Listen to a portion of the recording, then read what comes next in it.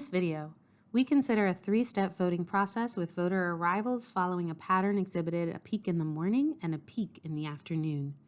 The plot on screen presents the proportion of voter arrivals per hour throughout the election day. The voting process with a two-peak arrival pattern is simulated to identify average and longest voter wait times, assuming an in-person turnout of 1,500 voters. A visual representation of this process is currently shown on screen.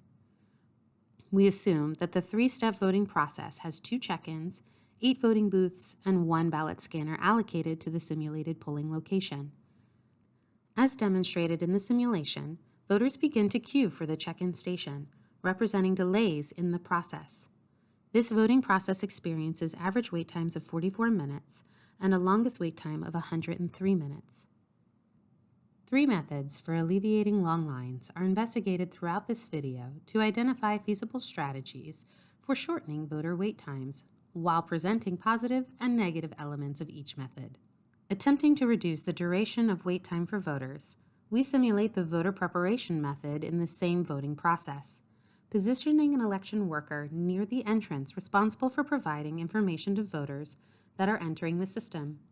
This method is currently visualized on screen, and a queue for check-in can still be observed.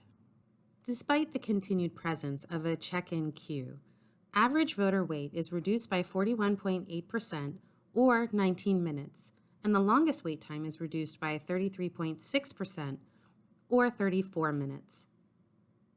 Implementing the line separation method, check-in stations are grouped so that voters wait in separate queues to check in.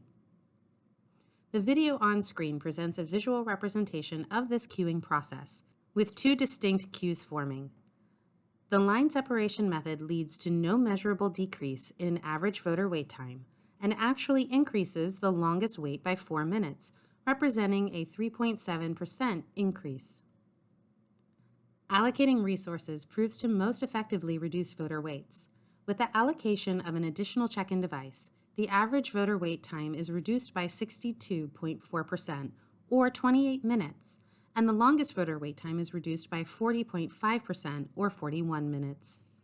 However, the addition of an extra voting booth or ballot scanner offers no reduction in voter wait time. This indicates that the check-in process step is the bottleneck of the system.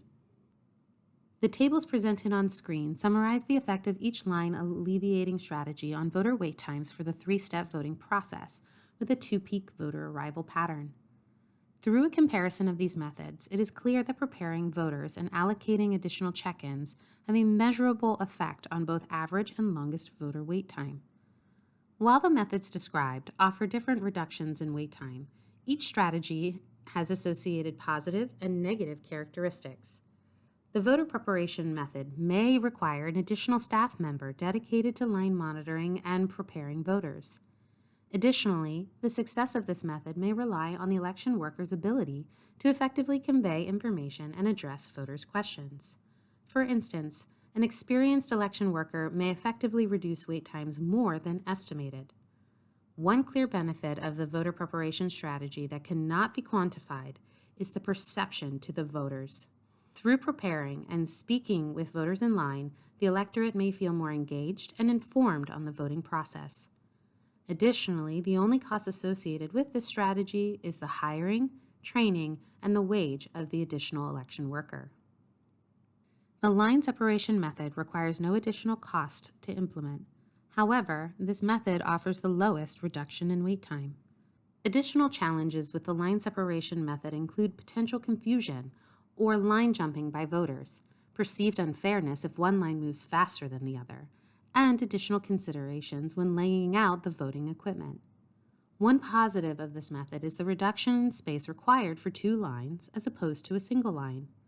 This may result in fewer voters waiting outside of a polling location and could possibly encourage potential voters to join the line. Increasing voting equipment allocations requires the highest direct cost to implement. However, when possible, allocating additional voting equipment is the most effective method for reducing lines. By increasing voting equipment at the point of longest delay, voter wait times can be substantially reduced. While each method explored throughout this video demonstrates the benefits and trade-offs of these line alleviation strategies individually, there may be an added benefit by implementing them in combination.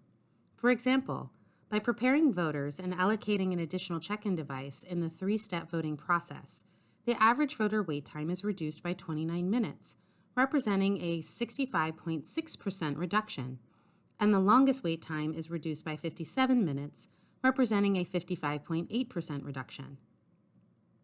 While the line separation method offered no wait time reduction when implemented individually, when implemented in combination with an extra check-in, average voter wait time is reduced by 27 minutes, a 62.2% reduction, and the longest wait is reduced by 48 minutes, a 46.2% reduction.